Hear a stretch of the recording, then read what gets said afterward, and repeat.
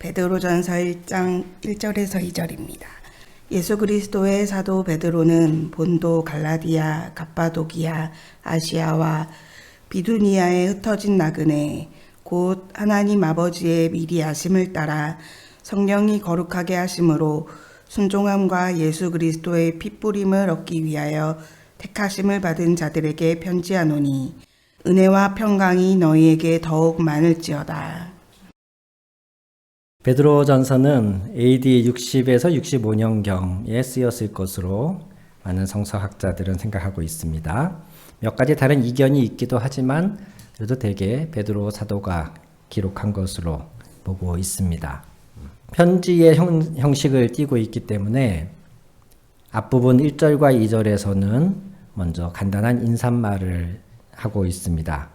인사말 안에는 보통 세 가지가 들어가는데 첫째는 이 편지를 기록하는 사람이 누구인가, 그리고 두 번째는 편지를 받아보는 사람들, 그리고 세 번째는 말 그대로 인사말. 오늘 본문에서는 은혜와 평강이 너희에게 더욱 많을지어다, 이 부분이 되겠죠. 편지를 누가 쓰는지 적고 받는 사람이 어떤 사람들인지 적고 그들에게 은혜와 평강을 빌면서 이제 인사말을 마무리하게 됩니다. 오늘 본문을 보면 그 세 가지를 적고 있으면서도 그 중에서 유독 수신자에 해당하는 편지를 받아보는 사람들을 좀 길게 설명을 하고 있어요. 여기에는 이유가 있으니까 그렇게 하겠죠. 그 본문을 보면서 오늘 우리가 하나님의 말씀을 듣고자 합니다. 베드로전서는 쓰여질 당시의 상황이 적지 않은 박해와 주변의 핍박으로 인해서 공경에 처해 있는 것으로 파악이 됩니다. 예를 들면 베드로전서 4장 4절에 보면 이런 구절이 있습니다. 믿지 않는 다른 이방 사람들이 이제 회심하여서 크리스천이 된 사람들을 향해서 이런 태도를 취한다는 거예요. 너희가, 여기서 너희는 편지를 받아보는 교인들을 말합니다. 너희가 그들과 함께 그런 극한 방탕에 다름질하지 아니하는 것을 그들이 이상히 여겨서 비방한다. 너희가, 이 편지를 받아보는 이 교인들이 이제 회심함으로 말미암아 그리스도인이 됨으로 말미암아 이전의 삶의 형식을 버리고 하나님의 자녀다운 삶으로 돌아서니까 과거에 그들과 함께 어울렸던 주변에 있는 이웃, 형제, 자매 이런 사람들이겠죠. 이런 사람들이 회심한 이 사람들을 향해서 이상히 여기고 비방한다는 겁니다. 당시에 이 지역에 있는 많은 이들이 행하지도 않은 악행을 했다는 모함을 받거나 또는 선행을 했음에도 불구하고 욕을 하거나 자신들의 생활 방식과 맞지 않는 이상한 그런 삶의 태도를 취한다고 주변 사람들이 냉대하고 비방하고 심지어 차별까지 했다는 사실이 베드로전서를 읽어보면 우리가 파악을 할 수가 있습니다. 그래서 베드로전서는 주로 어떤 선교에 대한 비전이라든가 신학적인 구원에 관한 깊은 교리를 적기보다는 고난 앞에서 우리가 어떻게 살 것인가에 대한 삶의 윤리적인 측면에 더 많은 내용을 할애하고 있습니다. 그것이 오늘날 우리에게 주는 시사하는 바가 크다고 생각이 됩니다. 한번 본문으로 이제 들어가 보겠습니다. 먼저 첫 번째로 1장 1절에 이 편지를 쓰는 사람이 누구인지 스스로 밝힙니다. 예수 그리스도의 사도 베드로는 이렇게 적고 있고요. 편지를 받아보는 사람들이 누구인지를 그 다음에 적고 있습니다. 본도, 갈라디아, 갑바도기아, 아시아와 비두니아에 흩어진 나그네. 먼저는 이렇게 적고 있습니다. 여기에 기록된 지역들은 다 지금의 터키에 해당하는, 특히 터키에서도 좀 북부 지역에 해당하는 곳들입니다. 이곳은 베드로가 직접 방문을 했다거나 이 지역 선교에 직접 개입을 했거나 하는 정황은 성경이나 역사 자료에 뚜렷하게 나오지는 않고 있습니다. 그럼에도 불구하고 당시에 로마에 거주하고 있던 베드로는 자신의 이 남은 사역의 삶이 얼마 되지 않았다고 생각을 해서인지 이 먼 지역에 있는 교인들이 고난 중에 있다는 얘기를 듣고 그들을 격려하고자 이 서신을 쓰고 있는 것이에요. 이 성도들은 대부분 그 지역에 거주하는 이방인들이었고 회심하여서 이제 그리스도인으로 교회로 들어온 사람들인 것으로 파악을 하고 있습니다. 이 수신자들에 대한 설명이 단순히 그 지역에 있는 사람들 어느 지역 사람들이다라는 것에서 그치지 않고 2절에 이어서 이 수신자들이 어떤 사람들인지를 덧붙이고 있습니다. 보시면 곧 하나님 아버지의 미리 아심을 따라 성령이 거룩하게 하심으로 순종과 예수 그리스도의 핏부림을 얻기 위하여 택하심을 받은 자들, 그들에게 내가 지금 편지하고 있다. 그리고 그들에게 은혜와 평강이 더욱 넘치기를 기원한다. 이렇게 인사말을 하고 있습니다. 원어 성서에서 보시면 1절의 마지막 부분에 흩어진 나그네라는 단어와 2절도 거의 마지막쯤에 있네요. 택하심을 받은 자들. 이 두 단어들이 연결되어져 있습니다. 우리 한글 본문에서는 1절 마지막과 2절 마지막으로 뚝 떨어져 있기 때문에 이 두 단어를 연결시키기가 어려운데 원어에서 또 영어에서도 보시면 이 두 단어는 서로 연결되어져서 그래서 세번역 버전으로 여러분들이 읽어드리면 이렇게 되어 있어요.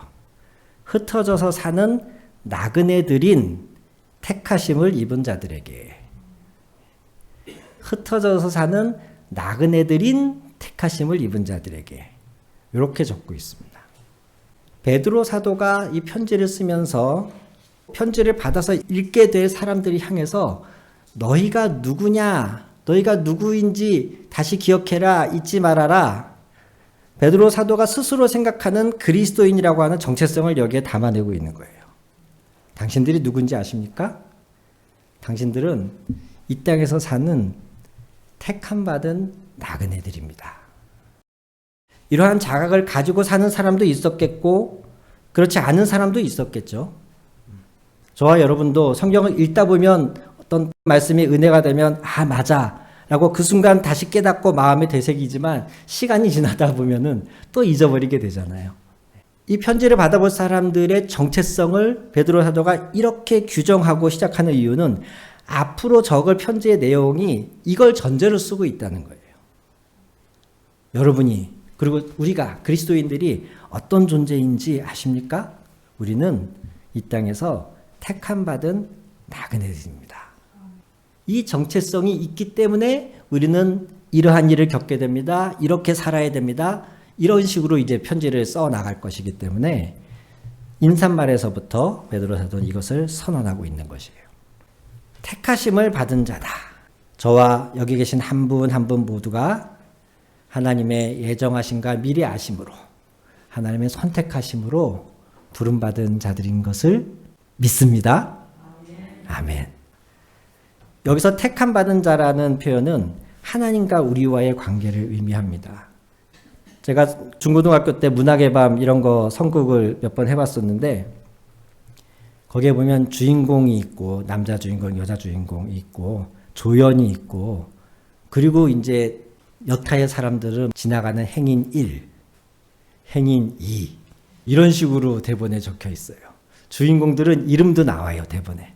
그런데 지나가는 행인은 이름 그런 거 없어요. 그냥 행인 1이고 행인 2예요. 그리고 주인공은 갑자기 행사를 앞에 두고 몸이 아프거나 주인공이 다치거나 하면은 큰일이 나요. 그런데 행인 1, 행인 2는 다쳐도 괜찮아요. 그냥 아무나 그냥 하면 되거든요. 그냥 지나가기만 하면 되니까. 남자, 여자 상관없어요. 하나님과 우리의 관계가 하나님 앞에서 우리가 이처럼 행인 1이나 행인 2 같은 존재일까요? 아닙니다. 하나님은 결코 우리를 그렇게 보고 계시지 않습니다. 하나님이 너희의 머리카락까지 세신 바 되신다라고 하는 말의 의미를 어떤 목사님의 설교에서 새롭게 깨닫게 된 것 중에 하나가 머리카락을 세신다라고 하니까 하나님이 내 머리카락 개수가 몇 개인지 아신다. 우리는 보통 그렇게 생각합니다. 하나님이 내 머리카락이 몇 개인지까지도 아실 만큼 나를 사랑하신다. 이것만도 사실 대단하죠. 이것만으로도 대단한데 그게 그런 의미가 아니고 하나님이 마치 목자들이 수백 마리의 양을 키우면서도 몰고 다니면서도 그 양 한 마리 한 마리의 이름을 알고 특징을 알고 그 양과의 친밀한 교제가 있는 것처럼 우리를 아신다는 거예요. 머리카락 하나하나에 이름을 붙일 만큼 우리를 아신다는 의미예요. 목자들에게 있어서 양은 단순히 내 양은 300마리야가 아니거든요. 목자는 양의 음성을 알고 양은 목자의 음성을 아는 그런 관계예요. 내 양은 다른 목자의 양에 섞여 있다가도 그 목자가 부르면 뛰어나온대요. 그저 300마리 양 중에 하나여서 이 양이랑 옆에 있는 목자의 양이랑 바꿔치기해도 눈치 못 채는 이런 관계가 아니고 단순히 총 개수만 맞으면 돼 이런 관계가 아니고 머리카락 하나하나에 이름을 붙이실 만큼 우리를 아신다. 이것이 하나님과 우리의 관계라는 것이에요. 하나님의 택하심 받는다. 하나님의 부름받은 자녀가 된다. 이것이 얼마나 귀하고 좋은 것인지 아느냐? 이걸 바울은 그렇게도 말합니다. 고린도서 1장에 26절에서 28절 보시겠습니다. 형제들아 너희를 부르심을 보라. 육체를 따라 지혜로운 자가 많지 아니하며 능한 자가 많지 아니하며 문벌 좋은 자가 많지 아니하도다. 그러나 하나님께서 세상에 미련한 것들을 택하사 지혜 있는 자들을 부끄럽게 하려 하시고 세상에 약한 것들을 택하사 강한 것들을 부끄럽게 하려 하시며 하나님께서 세상에 천한 것들과 멸시받는 것들과 없는 것들을 택하사 있는 것들을 폐하려 하시나니. 그리고 뒤에 덧붙이시기를 이렇게 하는 것은 아무도 자기 육체로 자랑하지 못하게 하려 하심이라. 이렇게 말씀하시죠. 지금 고린도 교회 성도들을 향해서 바울이 말하는 거예요. 야, 우리 솔직히 얘기해보자. 우리 중에 문벌 좋은 자가 누가 있냐? 우리 중에 힘있고 권세 있는 자가, 세상에서 잘 나간다고 하는 자가 우리 중에 누가 있냐? 우리 중에 학식 있고 똑똑한 사람 누가 있냐?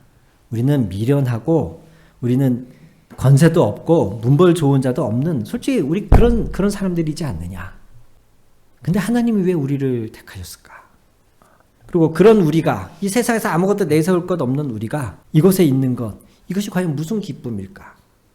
바울 사도는 하나님의 택함 받고 부름 받은 것이 얼마나 귀하고 얼마나 감격스럽게 그것을 여겼냐면 비록 세상에서 문벌도 없고 학식도 없고 권세나 재력이 없는 우리일지라도 이렇게 택함 받아서 하나님의 백성이 되어 있는 이 사실이 택함 받지 못한 세상에서 잘 나가는 사람들을 부끄럽게 만드는 거라는 거예요. 쟤네들은 세상에서 저렇게 잘 나가는데 지금 이 교회 안에 없어. 저렇게 권세 있고 돈 많이 벌고 귀족인데도 이 교회 공동체 안에 들어와 있지 않아. 그럼에도 불구하고 우리는 아무것도 없는데 이렇게 하나님의 자녀, 교회 안에 들어와 있다는 이것이 하나님이 저 권세 있고 잘 나간다는 사람들을 부끄럽게 만드는 것이다. 하나님께 뽑혔다는 이 사실 자체가 가장 감격스럽고 하나님께 영광 돌릴 일이라는 거예요. 우리에게 이러한 기쁨이 있어야 할 줄로 믿습니다. 하지만 종종 우리는 그렇지 않죠. 교회 다니는 것이 의무감으로 또는 습관으로 머무를 때가 많고 하나님의 자녀되었다는 기쁨은 수십 년 전 구원받을 때의 그 시점에서 멈춘 채 가물가물하고 오히려 교회 안에서 교회를 다니면서 불편하고 하나님께 원망을 할 때가 많습니다. 왜 하나님의 자녀가 되었다는 사실, 구원받았다는 이 사실 자체만으로 우리는 감격하거나 감동받지 못할까? 왜 이 기쁨이 우리에게서 과거의 먼 추억처럼 지금 여겨질까? 제 나름 몇 가지 이유들을 한번 생각해 봤습니다. 너도 나도 다 기독교인이다라고 하니까 기독교인의 귀함이, 하나님의 자녀됨의 귀함과 희소성이 좀 떨어진 것도 원인이지 않나 싶습니다. 여기서 너도 나도라고 할 때에는 전혀 하나님의 자녀 같지 않은 사람, 하나님의 자녀라고 보기 힘든 그런 사람들까지도 그저 어느 교회에 출석교인으로 등록이 돼 있기만 하면 난 기독교인이라고, 나는 예수님을 믿는다고 말하는 이런 사람들이 너무 흔해지면서 내가 저런 사람과 같은 종교를 믿는다는 건가? 심지어는 교회나 몇몇 신앙인들, 여기에는 목사들도 포함되고요. 그런 사람들의 범죄 현장들을 매스컴에서 우리가 접하게 되면서 내가 믿는 기독교가 저런 거였어? 라고 하는 어떤 회의감? 아니다라고 생각은 하면서도 그런 것들을 자주 접할 때마다 우리는 예수 그리스도의 십자가로 내게 주어진 이 새 생명의 가치와 귀함을, 그 순전함을 점점 침식당하는 것 같아요. 급기야는 저는 이 마지막 이유가 우리의 구원의 감격을 깎아먹는 가장 큰 요인이지 않을까 싶은데, 제가 생각하는 이유 중에 마지막은 결정적으로 교회 안에서 하나님의 자녀가 된 우리 안에서도 서로 비교하고 편을 가르고 사람들 안에 어떤 수직적인 이런 관계들이 여전하기 때문이지 않나 하는 생각을 해봅니다. 구원받고 하나님의 자녀가 되는 것만으로도 감격스러운데, 그런 사람들끼리 다 모여서 그 감격을 함께 나누고 그 감격을 배가시키는 현장이 예배이고 타계 교제이고 하지 않습니까? 문제는 사람들이 거기서 멈추지 않고 한 걸음 더 나간다는 거예요. 어느 아파트에 사느냐죠. 자녀가 어느 대학을 다니느냐, 어떤 기업에 다니느냐, 부장이냐, 과장이냐, 이사냐. 구원받는 것만으로 기뻐하던 사람들이 점점 다른 것들의 시선이 돌려지기 시작하면서 나도 구원받고 저 사람도 구원받았는데, 저 사람은 사업이 잘 돼서 왜 더 큰 아파트로 이사를 갔는데 나는 사업이 지금 망하기 일보 전이에요. 교회 안에서 서로 이런 모습들을 보게 되는데, 여기에서 이제 시험이 들기 시작하고, 서로 교회 안에서도 가진 것이나 사회적 지위나 그 사람들의 외모, 교회에 대한 기여도 등등으로 알게 모르게 편을 가르고 무시하고 서로를 차별하더라는 것이에요. 하나님, 나는 왜 기도하는데 나한테는 이렇게 재정적 물질의 복을 안 주시는 겁니까? 그러면서 이제는 오히려 하나님을 원망하게 되는 거죠. 나도 나름 기도 많이 했고 나도 나름 교회에 헌신했는데, 아니 오히려 저 사람보다 더 헌신한 것 같은데 왜 나에게는 하는 일마다 뭔가 막히고 잘 안 되고 건강도 나빠지고 이런 일만 생기는 겁니까? 이러면서 스스로도 자기를 비하하고 하나님을 원망하게 될 뿐 아니라, 교회 안에서도 점점 그런 사람들은 중직이 되거나 교회의 중요한 역할을 하는 것에서 밀려나게 되어지는 것들, 이것들을 경험하면서 우리 안에 구원의 감격, 하나님의 택함 받았다라는 것으로 인한 기쁨, 이것이 점점 소멸되는 것이 아닌가, 그렇게 생각을 해봅니다. 어떠십니까? 사랑하는 성도님들, 다시금 여러분들에게 선언하지만 우리는 오다 가다가 우연히 기독교인이 된 사람들이 아닙니다. 여기에는 혹 배우자 때문에 또는 어렸을 때부터 부모님 때문에 습관적으로 교회를 나오다 보니 이 자리에 와 있다라고 스스로 생각하는 분이 혹시 계실지 모르겠지만, 여러분이 생각하는 그 이유조차도 하나님이 여러분을 하나님이 택하셨다는 증거이자 이유인 것을 믿으시기 바랍니다. 하나님은 저와 여러분을 향해서 특별한 계획이 있으세요. 요한복음 1장에 베드로가 예수님을 처음 만났을 때 예수님이 그에게 한 얘기를 기억하시죠? 요한의 아들 시몬아, 내가 너를 장차 개바라 하리라. 지금 예수님은 베드로를 처음 만나셨어요. 처음 만나면서 예수님은 지금 뭘 보세요? 지금 눈앞에 있는 시몬을 보고 계시는 게 아니에요.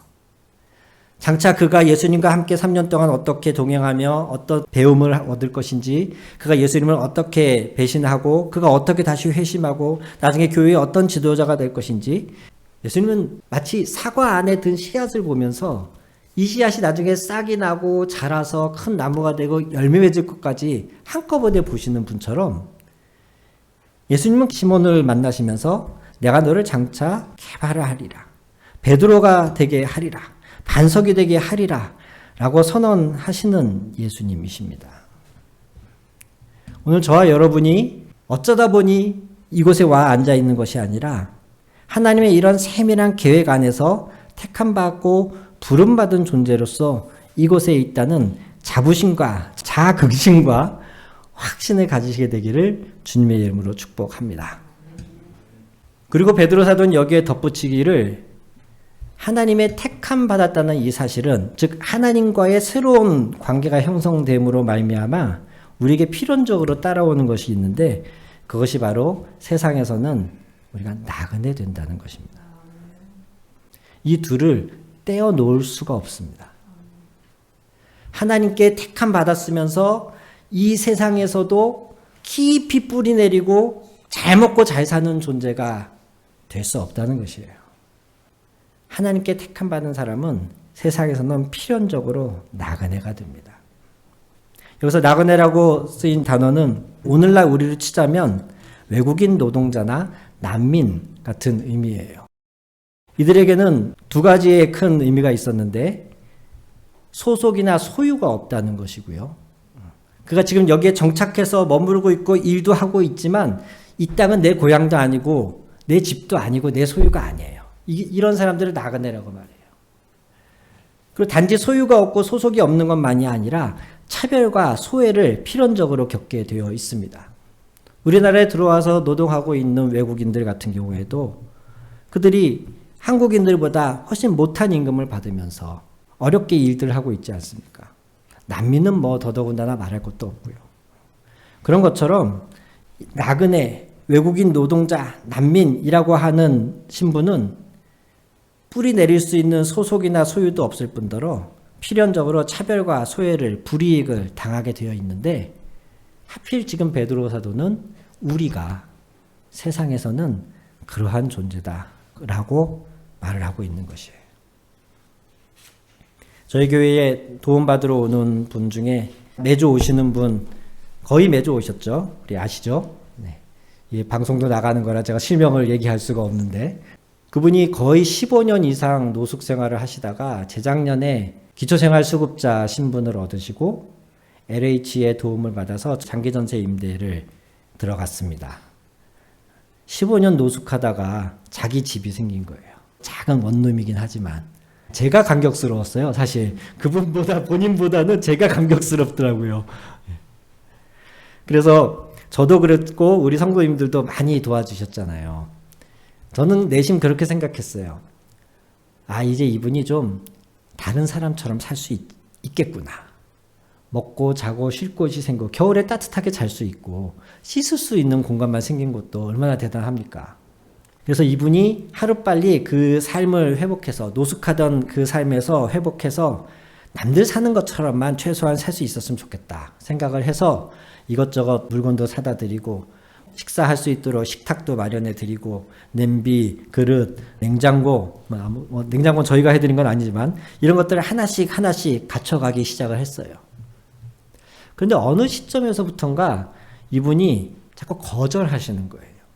옷도 봄, 여름, 가을, 겨울 그래도 뭐 갈아입으면서 하려면 옷도 어느 정도 최소한의 분량이 있어야 되었습니까?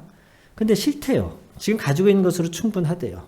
그 옷을 정리하고 걸어두려면 행거나 작은 장이라도 있었으면 좋겠는데 그걸 사드리겠다고 하는데도 싫대요. 저도 가끔 그분 집에 갔기 때문에 식사라도 하거나 차라도 한 잔 마시려면 조그마한 식탁이라도 있어야 되지 않겠습니까? 라고 말을 해도 아니래요. 아니 왜 그러냐고. 이제 자기 방도 생겼는데 이제 지금부터 뭐 조금씩 다시금 삶을 쌓아 나가야 되지 않겠냐고. 이렇게 말씀을 드리면서 왜 그러냐고 여쭤봤더니 그분 하는 얘기가 나중에 다 짐이에요. 나중에 다 짐이에요. 그러시는 거예요. 지금도 그분 집에 가면은요. 누워서 자기 위한 요 펼쳐놓고 요 위에 이불 깔아놓고요. 그 주변에 라면, 참치캔, 여기는 바지, 여기는 윗도리, 여기에 조그만 손가방 하나, 자기 누워서 자는 요 주변에다가 자기가 필요한 것도 이렇게 쫙 늘어놓고요. TV 외에 아무것도 없어요. 아, 빨래 건조대. TV랑 빨래 건조대 외에 아무것도 없어요. 내가 여기서 얼마나 더 살지 모르는데 나중에 이사 갈 때 나는 차도 없고 이삿짐 센터 부를 돈도 없고 목사님 뭐가 이렇게 자꾸 생기면요. 그게 다 짐이에요. 그러시더라고요. 한편으로는 안타까웠어요. 아, 그때 되면 뭔가 또 방법이 생길 텐데 나라도 도와드릴 수 있는데 아니 왜 그런 것들을 마다할까? 그런 것들을 해서 조금이라도 편하게 남들처럼 좀 살면 좋지 않나 이 생각에 한편으로는 많이 안타까웠고요. 한편으로는요. 그래 내가 이 땅에서 나그네로 사는 건 사실 저렇게 살아야 되는 건데 라는 생각이 들더라고요. 요즘은 가전도 거거익선이란 말을 쓰더라고요. 크면 클수록 좋다. 거거익선. 50인치 TV 보던 분도 72인치로 바꾸고 70인치 보던 분은 100인치로 바꾸고 냉장고도 한 대로 부족해서 이제 2대를 갖다 놓고 저희 장모님 댁에도 가보면 냉장고가 3대입니다. 김치 냉장고 하나 하고 다른 냉장고 2대 하고 우리는 자꾸 뭔가를 채우고 더 소유하고 더 가지려고 하는 거가 익숙하고 그런 게 없는 것을 되게 불안해하죠. 그런데 나그네들에게는요. 그게 다 짐입니다. 우리가 이 땅에서 나그네로 산다면 그걸 짐으로 여길 수 있었으면 좋겠어요. 어느새 우리는 하나님께도 택한 받은 백성이요. 이 땅에서도 잘 뿌리 내리고 정착해서 사는 그런 부귀영화를 누리고 싶은 사람. 이 양쪽을 다 손에 꽉 쥐고 이 두 사이에서 어정쩡하게 사는 사람이 돼버리지 않았나 하는 생각을 할 때가 있습니다. 오늘 사도 베드로는 고난받고 있는 그리스도인들을 향해서 말하기를 우리는 하나님께 택함 받음으로 인해서 이 땅에는 필연적으로 나그네가 되었습니다. 이것이 저와 여러분의 정체성입니다.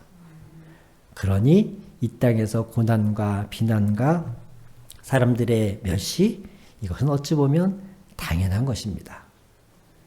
예수 그리스도도 그것을 겪으셨습니다. 이러면서 이제 편지를 쭉 풀어 나가는 것이에요.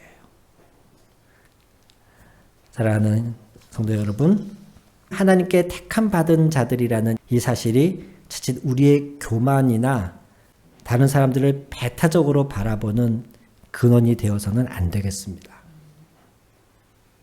내가 택함 받았으니 하나님의 자녀가 되었으니 세상의 권세와 부 역시도 누려서 마땅하다 혹 이런 생각이 드신다면 택함 받음으로써 우리가 이 땅에서는 나그네가 되었다라는 오늘 이 사도의 말씀을 기억하셔야 하겠고요. 반대로 베드로전서를 받아볼 성도들처럼 고난과 사람들의 멸시와 비웃음과 차별 속에서 고통당하고 계신 분이 계시다면 동시에 이 말씀을 기억하시면서 내가 하나님께 택함 받았기 때문에 이런 어려움이 있는 것이구나. 이 어려움이 내가 하나님께 택함 받았다는 증거이구나. 이렇게 믿으시며 다시금 주님 안에서 일어서실 수 있기를 주님의 이름으로 축원합니다. 아멘. 우리 같이 기도하시겠습니다.